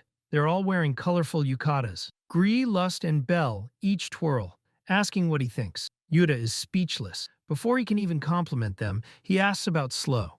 Lars says the demon of sloth is still in her room. Yuta tells the others to go ahead while he waits for her. Lars looks disappointed. She wanted to play one of the festival games with him, but she agrees and heads off with the group. Yuta walks to Slow's door and knocks, but there's no response. He tells her the festival only happens once a year, so she should come enjoy it. Then he hears her softly mumbling the names of her demon sisters. A moment later, Slow asks if he wants to go to the festival with her. Surprised that she was awake, he replies that he'd really like that. Suddenly, the door opens. Slow stands there, wearing a beautiful floral yukata. "Let's go," she says with an uncharacteristic spark in her eyes. "We'll be late." Her sudden energy leaves Yuta completely confused. At the festival entrance, Slow grabs Yuta's arm, walking close beside him. He feels his face grow warm. Is this really a date? Just then his phone buzzes. It's a message from Yoru, saying the fireworks are about to start and the girls are looking for him. Before he can reply, Slow snatches the phone and slips it into her yukata, right into her cleavage. "Wait, I need to tell them where we are," he protests, but Slow simply presses a finger to his lips. "Shh," she says softly. "Let's just enjoy the evening. Just us." Her calm, teasing tone leaves Yuta completely flustered. They walk through the glowing lanterns hand in hand. When Slow asks about the sweet spells he mentioned earlier, Yuta offers to buy some for her. She smiles gently as he hurries off toward the candy stand. While waiting, Yuta wonders if being alone with just one of the girls could cause trouble later. Still, he grabs a candy apple and turns back, excited to share it. But when he reaches her, he sees two guys bothering Slow. He rushes over immediately. Seeing him, Slow politely tells the strangers that she's there with her boyfriend. The two guys recognize Yuta and quickly back off, muttering about how he always seems to have another beautiful girlfriend. Once they're alone again, Slow looks up at him and asks what that was all about. Yuta explains that the last time he met those two, he was with Lars, which makes things a bit awkward. As they look around the stalls, Yuta notices the two troublemakers still lurking. He apologizes for dragging her into that mess, but Slow doesn't seem upset. Instead, she quietly pulls him closer so they can stay hidden in the crowd. They end up pressed close together, and Yuta's heart starts pounding. Her calm but assertive closeness makes his chest feel tight, and he can't tell if it's nervousness or something else entirely. Fireworks light up the night sky, bursting in bright colors. The group of demon sisters watches the show in awe. Even with all the excitement, Lars looks worried about Yuta's absence. Yura mentions that he still hasn't replied to her message. Elsewhere at the festival, Yuta is still apologizing to Slow for hiding earlier. Smiling softly, Slow tells him they can still see the fireworks from where they are. She adds that just spending this quiet moment alone with him already makes her happy. Her gentle words catch Yuta off guard. Slow steps closer, then suddenly kneels in front of him. She touches his pants, without warning, leaving him completely flustered. Moving closer still, she confesses that she can't hold back her feelings anymore. Yuta freezes, unsure how to react. Before he can say anything, Slow murmurs that she's very sleepy. Seeing her exhaustion, he crouches down and offers to carry her on his back. As he walks, Yuta wonders if she overdid it by coming to the festival. He apologizes, worried he might have pushed her too hard to join them. Half asleep, Slow mumbles that she also wanted to come, especially after seeing how Belle had been trying so hard to get closer to him. She admits she wanted to make an effort too. Though dressing up isn't something she's used to, she wanted to try for his sake. Yuta then realizes she really did hear about what happened between him and Belle. Because of that, she tried to step out of her comfort zone. He apologizes again and explains that since she's the demon of sloth and rarely asks about Belle, he started thinking strange things, like maybe she wasn't interested in him anymore. He says he'll set her down once they reach home. Slow smiles faintly and says she likes how honest he is. Then, leaning close, she gives him a soft kiss on the ear. Shocked and red-faced, Yuta yells out, losing his balance and falling to the ground with her. "What was that?" he asks in disbelief. Slow calmly replies that his ears are sensitive, but then Yuta notices something else. She's sitting on the ground in an awkward pose, and he suddenly realizes she's completely naked beneath her yukata. "I forgot to put on underwear before leaving," Slow says matter-of-factly. Besides, it's not really necessary with a kimono. Meanwhile, the rest of the demon sisters continue enjoying the festival with Yoru. They laugh together, admiring the fireworks and the night sky. Yoru hands a book to Prez and explains to Gree that it's the same one she used to summon the girls into the human world. She adds that since it's already been used once, the new owner won't be able to cause any trouble with it. Even though Prez gets excited about trying a summoning, Yoru reassures her that the book is harmless. Later, everyone returns home. Lars immediately asks why Yuta didn't show up at the event, while Belle excitedly talks about all the sweets she bought. In the corner, Slow takes a deep breath. She seems different, distant. Gree asks if something's wrong, but Slow insists she's fine. Still, she places a hand over her body and quietly wonders what's happening to her. Night falls again. The sisters gather in their room, all fighting playfully for the attention of their mother, Lena. Rubia raises her voice, telling them to behave and stop clinging to their mom. Lars tries to argue, but Rubia, the demon of pride, shuts her down. Lena gently tells Rubia not to be so strict. She reminds her that it's okay to want affection, even as adults. Calling her daughter over, Lena has Rubia sit beside her and hugs her softly. Smiling, she says Rubia always struggles to be honest about her feelings. Morning comes once more. In her bed at Yuta's house, Rubia wakes up feeling disoriented. She wonders why she dreamed about her mother. Feeling strange, she gets up and heads downstairs. Lars, Belle, and Levi are chatting in the living room about how much fun they had at the festival. Near the door, Yuta sees his sister and Gree getting ready to leave. He asks where they're going. Yoru explains that Prez invited them to a tea party, and Gree teases that it might turn into something more, which makes Yuta nervous. Gree laughs and says she was only joking before the two head out. Yuta sighs, hoping nothing unusual happens during their visit. At that moment, Rubia suddenly appears behind him. Startled, Yuta asks how she got there so quietly. The blonde demon seems uneasy, so he asks if she's feeling okay. Looking away toward the bedroom, she admits she's not feeling well. When Yuta steps closer to check on her, he accidentally brushes against her. Mortified, he apologizes immediately, but Rubia doesn't even react. She still looks distant and pale. Concerned, Yuta calls out to her again. Lust soon walks in and asks what's happening. Yuta explains that Rubia seems sick and wonders if demons can catch colds. Lust shakes her head, saying demons don't get human illnesses. Instead, she explains that Rubia's power is weakening. Alarmed, Yuta asks if it's serious. Lust assures him it's not too bad. It even happened to her once. She explains that their mother, Lena, must be borrowing Rubia's magic, since all seven sisters' powers originally came from Lena. Whenever their mother needs energy, she has to draw it from one of them. Even so, Yuta can't hide his worry. Lust notes that Rubia, being the proud one, isn't handling the drain very well. Meanwhile, Rubia quietly wonders what their mother could be doing that needs her power. Seeing the tension, Lars decides to try contacting their mother, though she warns Yuta that it may take some time. Until then, she asks him to look after Rubia. Yuta gently brings Rubia to her room. There, she sits on the bed, muttering about what their mother might be doing with her strength. Yuta assumes she doesn't realize Lena is hurting her by borrowing it. Rubia suddenly asks how long he plans to stay. Looking annoyed, she tells him to leave her alone. Yuta protests, saying Lars asked him to take care of her. But Rubia snaps, shouting that she wants to be alone. Nervously, Yuta insists he doesn't mind if she leans on him, at least while she's unwell. His words make her pause, her expression softening slightly. He keeps talking, saying even Yoru relies on him when she's sick. Rubia doesn't respond, so Yuta decides to give her space. As he leaves, he notices she still looks serious and distant. He thinks about how cold she can seem, even when vulnerable, and recalls Lars saying that's just how Rubia is. She never shows affection easily. A while later, still worried, Yuta returns to check on her. To help her rest, he brings a cold towel and a drink. But when he opens the door fully, he freezes in shock. Rubia is standing there, completely naked. Flustered, Yuta puts the towel and drink on the nightstand and quickly heads for the door. But Rubia grabs the back of his shirt, stopping him. She says she feels uncomfortable from sweating, which is why she was undressed, and asks him to wipe her body with the wet towel. Embarrassed, Yuta freezes. Rubia reminds him that he was the one who told her to rely on him. Trying to calm himself, Yuta walks back, grabs the towel, and begins wiping her skin. His hands tremble. He's never been alone in a room with her like this before. As he wipes, Rubia starts making soft, strange sounds. Yuta wonders why she's reacting that way, but keeps going, wanting to prove she can count on him. Suddenly, Rubia snatches the towel from his hands. Annoyed, she says her underarms are still sweaty. Blushing, Yuta takes the towel back and continues. His eyes wander for a moment before he catches himself, flustered.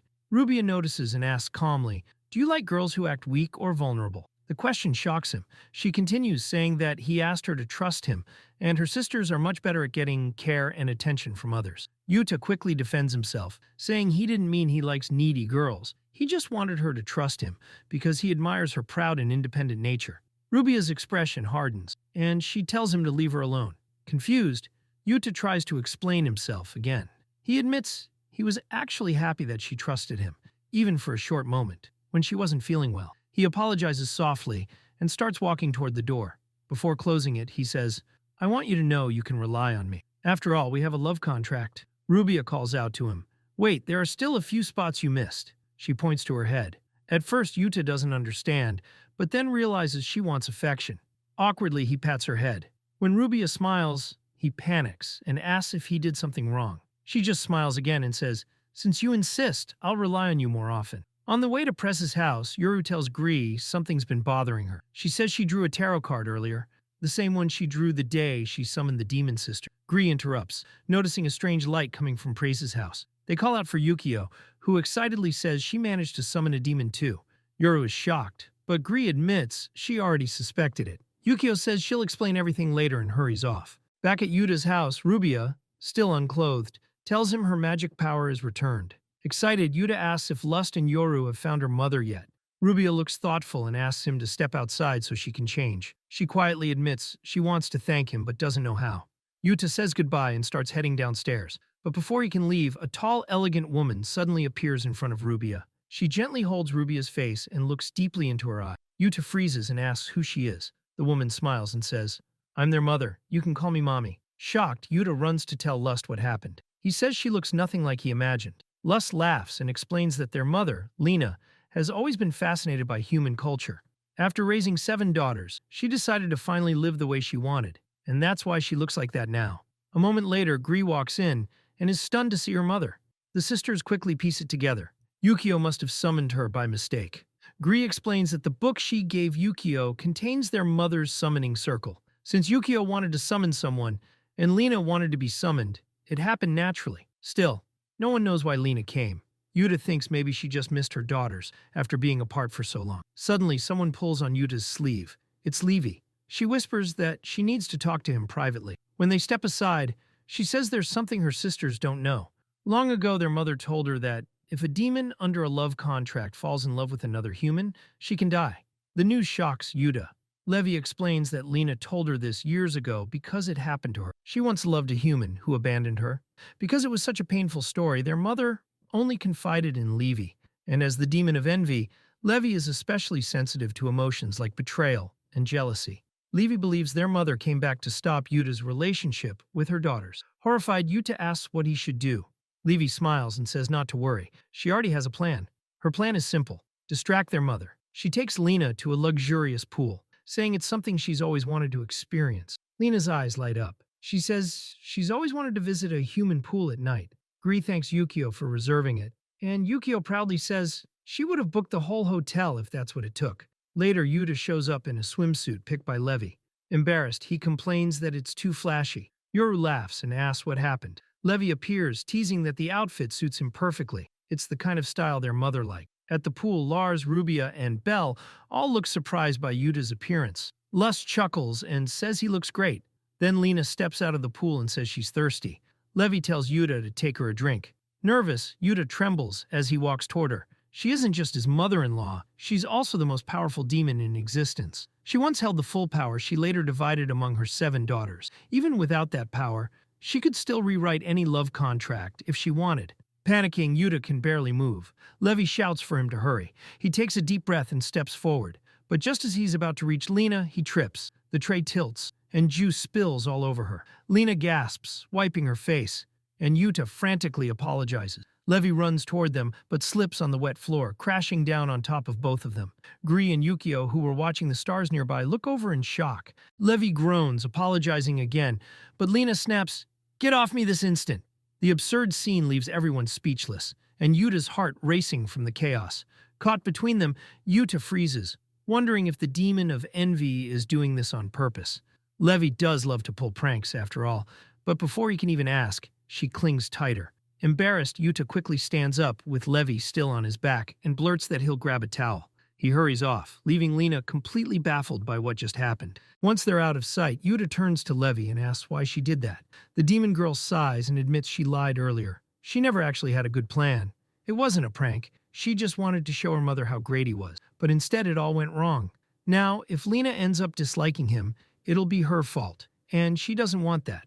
Because, as she says with a trembling voice, her feelings for him are real. Seeing her guilt, Yuta softens. He apologizes for doubting her and realizes Livy truly does care for him. It makes him wonder, do the others feel the same way? Just then, Lena walks in, holding a towel, only to find Yuta and Levi hugging. Yuta panics, pulling away instantly. Flustered, he apologizes and tries to explain. Lena smiles calmly and tells them it's fine. She invites them to join her in the jacuzzi so they can have a relaxing talk and connect, something she heard humans often do. Yuta freezes again when he realizes what she means. Lena casually steps into the small bath area and suggests they bathe as they came into the world, without clothes. Yuta's eyes nearly pop out. Covering his face, he stammers, asking why she's completely nude. Lena laughs softly. She says she just wanted to take a proper bath, and since he already has contracts with her daughters, it's not like she sees this as improper. It's just an innocent talk, she adds, motioning for him to sit. Yuta feels like he's about to faint. His instincts scream at him to look anywhere but her body. Lena, amused, stretches her long legs in the water. In the process, one of her feet brushes between his legs, making Yuta freeze like a statue. He's sure she's teasing him. A test, maybe, but he knows he can't fall for it. With a sly smile, Lena asks, "You look like someone who was forced to sign that love contract." The comment hits hard. Yuta tenses up. She watches him intently, her eyes glowing faintly with demonic power. Suddenly, Lena leans closer, pressing against him. Yuta's breath catches. He can't even move. She whispers, "Don't look so nervous. I'm not here to hurt you." Then her tone darkens. Her tail sways behind her as she murmurs, "I could devour you right now, but I know you wouldn't betray my daughters." Holding his face gently, she adds, "Let me show you something. What the demon world really was before you met them." Before Yuta can respond, the world shifts around him. His vision fades, and suddenly he's standing somewhere else entirely. Lust, sensing something strange, turns to Levi outside. "Mother's aura. It's active," she says. Levi's expression hardens. What's she doing to him? Back inside the vision, Yuta finds himself floating above a vast, glowing city. Everything feels otherworldly, alive. He sees crowds of beings who look almost human but radiate power.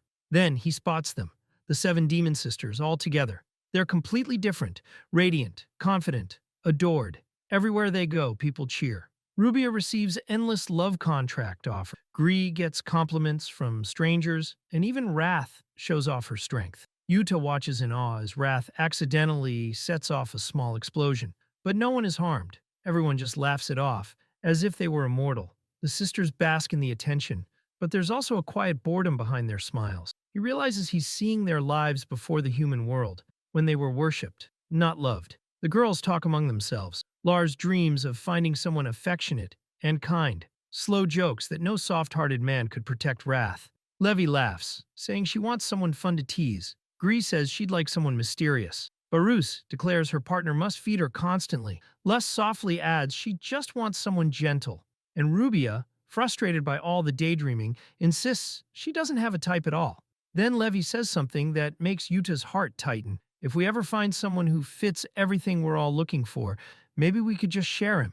The sisters laugh at the impossible idea, but Yuta suddenly realizes that's exactly what happened. He remembers how desperately he once wanted a girlfriend, and how he signed the contract half-jokingly, just to see what would happen. Now, after seeing this, he truly understands what the contract meant to them. A blinding flash erupts. Energy swirls. Yuta feels himself being pulled back. And then, he's back in the bathroom. Lena is now dressed, brushing her wet hair as if nothing happened. She asks softly, "Did you see it? The demon world as it was?" Still dazed, Yuta nods. He explains that he saw their past, their fame, their loneliness, their strength. He admits that seeing their true nature scared him, but also made him admire them even more. Lena smiles faintly. "You're honest. That's good." Taking a deep breath, Yuta says he genuinely loves spending time with her daughters. He understands her concerns about a human being involved with demons, but he promises, from the bottom of his heart, that he would never hurt them. Lena looks at him for a long moment. Then her expression softens. "I never planned to stop you," she says. "I just needed to know if your feelings were real." Her tail gently flicks behind her as she smiles. "You've proven they are. You're a good man, Yuta." He feels happy and reassured hearing that. Still cheerful, Lust's mother says she would never oppose their relationship. The only thing that bothers her a little, she says jokingly, is that she once intended to wipe out the human race. Looking up at the moon, she admits she can't interfere with her daughter's choices. Besides, Yuta isn't a traitor. Curious, Yuta asks what she would have done if he were a traitor. After a moment of thought, Lust's mother explains that she only wanted to show her daughter's boyfriend how powerful and amazing they are in the demon world, and maybe brag a little as a proud mother. Since demons rarely speak about their past, she decided to show him how things used to be. In disbelief, Yuta finally understands what she meant. She continues, saying that when he signed the love contract with all her daughters, she actually felt lucky and relieved, because she would have only objected if they couldn't find a decent man. But she had no such worry with him. Overjoyed, Yuta realizes that he truly has the approval of the girl's mother. Just then, Lust walks in, calling for her mom. She asks what her mother was doing using her powers on Yuta, but then freezes when she sees him there. Shocked, Lust blurts out, asking if her mom is also into Yuta, leaving him speechless. It's all just a misunderstanding, though. Lust's mother laughs and explains that they were simply having a friendly talk. Levi runs over and asks if Yuta's okay, worried that her mom might have done something to him. He smiles and says she only wanted to brag about her amazing daughters. Levi doesn't quite understand, but she hugs Yuta tightly, thankful he's fine. Smiling warmly, Lust's mother suggests everyone return to the party. They all head back to the pool, laughing together like one big family. Levi calls Yuta over to show off her oversized floaty. He can tell she's having a blast. With a mischievous grin, she looks at him, and before he can react, she tosses the float into the air and positions it so that Yuta's body ends up trapped inside the ring with hers. They bump against each other, making Yuta flustered. Feeling silly for not realizing what she was planning, he decides to just enjoy the moment. Levi sits at the pool's edge, smiling, saying she's thankful to be so close to Yuta, but wonders why she suddenly can't move. Meanwhile, Lust's mother calls Gree over for a private talk. She says she'll be spending some time at Yukio's house. Gree looks completely stunned. Lust's mother explains that she needs to be at a summoning site for a while, and besides, she wants to give Yuta and the girls more freedom. Gree sighs, already sensing she'll be the one handling money problems again. Watching Yuta and one of her sisters playing in the pool, Gree chuckles and mutters that things are about to get even more interesting. Later, Gree looks at a photo that seems to have been taken during the pool party. Upset, she realizes Agatsuna has really started acting like an adult now. Another girl comments that some women know exactly what they want. Looking at the photo again, Gree points out that the girl beside Yuta seems very close to him. Everything happened so suddenly. She admits she feels a little different now, realizing how quickly things are changing. Soon after, the girls and Yuta visit a clothing store. One of them asks Yuta what he thinks of her outfit, but he blushes and says that's not even an outfit. It looks more like a skimpy costume, before bolting out of the store. He's exhausted from keeping up with Gree, but it reminds him of when he met Rubia, and how it felt to kiss that contract mark. He wonders if he'll have to go through that again, or if the love contract is something deeper, maybe even like marriage. Gree appears beside him and teasingly asks if he really didn't like the last outfit. She's now wearing another one she just bought on impulse. Yuta sighs and asks what happened to the other clothes. Gree says demons like them should try to adapt to human customs, even if it feels impossible sometimes. That comment catches Yuta's attention. He asks why they always seem to feel like they have to beat humans. Gree looks serious now and starts telling him a story about a demon who once fell in love with a human, but the human ended up marrying someone else. As they talk, Yuta brings up Lust's mother and asks what it truly means to surpass humans. He remembers how Rubia and Slow had tried to stop him from leaving the demon world, and how they all seemed to care about him in their own ways. Gree gently tells him to keep trying harder, because she'd like to be alone with him more often. He wonders what it means to endure the darkness she mentioned, or if she's hinting at something deeper. Later they arrive at a hotel, and Yuta nervously asks if she's playing games with him again. He can't help thinking that Gree is the hardest of all the girls to understand. They soon arrive at a large old building, a haunted house. Gree admits she's scared, but insists they go in together. Yuta, who's never been a fan of haunted houses, gulps. Inside, it's freezing cold. A ghostly woman suddenly appears, scaring Yuta half to death, while Gree giggles nervously and says she's terrified too. Her chest brushes against him as she stumbles closer, and two nearby guys watching them whisper to each other, confirming that it's definitely Yuta. They can't believe how popular he's become, already hanging out with another girl. Jealous, they decide to teach him a lesson and show him what fear really means. But Gree's power starts to flare up, and the bullies freeze, feeling something strange. They panic, saying they just wanted to scare him. Gree tries to calm them down, but the pranksters toss a few wind machines their way, blowing air everywhere. Yuta, confused and flustered, shields his face. The gust lifts Gree's skirt, revealing her underwear. She huffs and says, "The breeze is being mischievous," then teases Yuta, asking if he got a good look. When she starts to lift her dress again, Yuta pleads with her to stop. The two guys keep watching, but their plan completely backfires. The scene only makes the pair look even more intimate. Suddenly, ice cubes drop from above, startling Yuta. Gree rushes to help, brushing the ice off his head, but he accidentally tugs one of the strings on her outfit. She laughs it off, saying it's fine, and they finally make it to the exit. Yuta stands there holding part of her outfit, unsure what to do. Gree whispers that he can do whatever he wants with it, making him yell for her to put it back on. The bullies give up watching, realizing they've only made things more romantic. Gree tells Yuta to stay quiet for a moment, smiling softly. She admits that Yuta really isn't good with haunted houses, and asks him to tell her whenever something scares him. Then she thanks him for doing his best. Yuta looks at her in awe, touched by her words. Gree adds that her goal was to take him somewhere dark so she could see how he'd react. When he asks if she's ever scared of anything, she smiles faintly, saying there is one thing. She walks a few steps away, then turns back and admits softly that her biggest fear is being hated by him. The honesty in her eyes leaves Yuta speechless. She quickly laughs it off, saying she was just joking, and tells him everyone's waiting for dinner back home. As she walks ahead, Yuta thinks to himself that maybe she said it was a joke, but her eyes definitely didn't lie. When they finally return home, Lust gently calls out to him. She asks if he went on a secret date with Gree and pouts that she's feeling lonely. Yuta is caught off guard as Lust's powers start to flare up again.